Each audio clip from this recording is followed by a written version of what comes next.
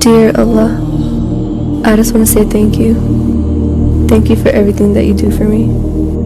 For waking me up every single day so that I can become a better version of myself.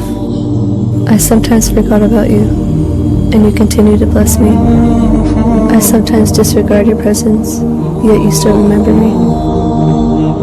The amount of love I have for you is unexplainable. Through every hardship, you stayed by my side.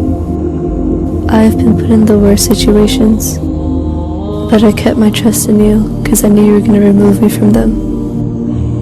In the past, I would sometimes get angry when things didn't turn out the way I wanted it to. But you made me realize that that was all from your protection. Thank you for making me a Muslim. Out of 7 billion people on this earth, you chose me. Ya Allah, how can I ever thank you enough? Without you, I am nothing.